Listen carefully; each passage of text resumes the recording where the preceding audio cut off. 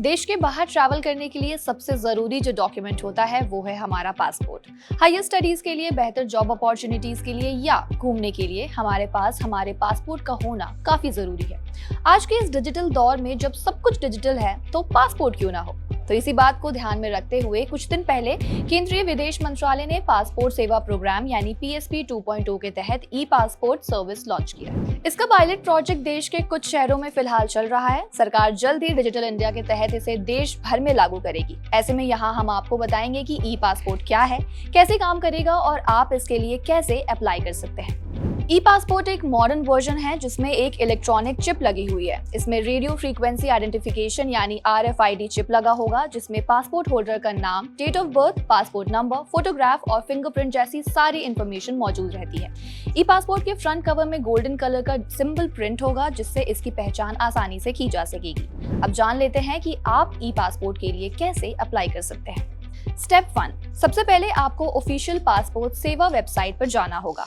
Step 2, अब आपको new user के लिए साइन अप करना होगा। अगर आपका अकाउंट ऑलरेडी बना हुआ है तो आपको लॉग इन करना होगा।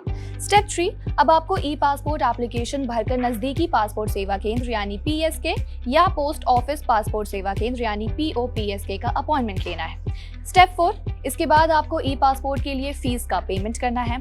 स्टेप 5, PSK या POPSK के लिए जिस दिन का अपॉइंटमेंट आपने लिया है वहां तय समय पर पहुंचकर बायोमेट्रिक सबमिट करने के साथ डॉक्यूमेंट वेरिफिकेशन जरूर करवा लें। अब आपको बताएंगे कि ई पासपोर्ट के लिए कौन से डॉक्यूमेंट जरूरी है।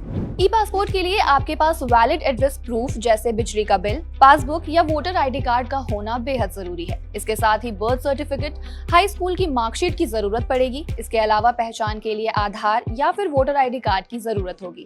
इसके साथ ही आपको अपने हाई स्कूल, इंटरमीडिएट और ग्रेजुएशन के मार्कशीट और सर्टिफिकेट्स भी चाहिए होंगे। वही अगर पुराना पासपोर्ट आप रिन्यू करवाना चाहते हैं तो पुराना पासपोर्ट साथ में लेकर जरूर जाएं। आपको डॉक्यूमेंट वेरिफिकेशन के समय ओरिजिनल कॉपी के साथ फोटो स्टेट भी लेकर जाना होगा।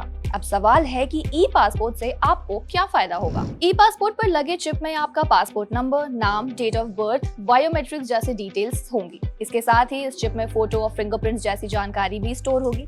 ये डेटा एन्क्रिप्टेड और सिक्योर चिप टेक्नोलॉजी से लैस होगा। इसमें पासपोर्ट के साथ किसी तरह का फर्जीवाड़ा नहीं होगा। इसके साथ ही एयरपोर्ट पर इमिग्रेशन ऑफिसर बिना पासपोर्ट ओपन किए चिप को स्कैन कर डेटा देख सकते हैं। इससे इमिग्रेशन प्रोसेस में भी काफी तेजी आएगी।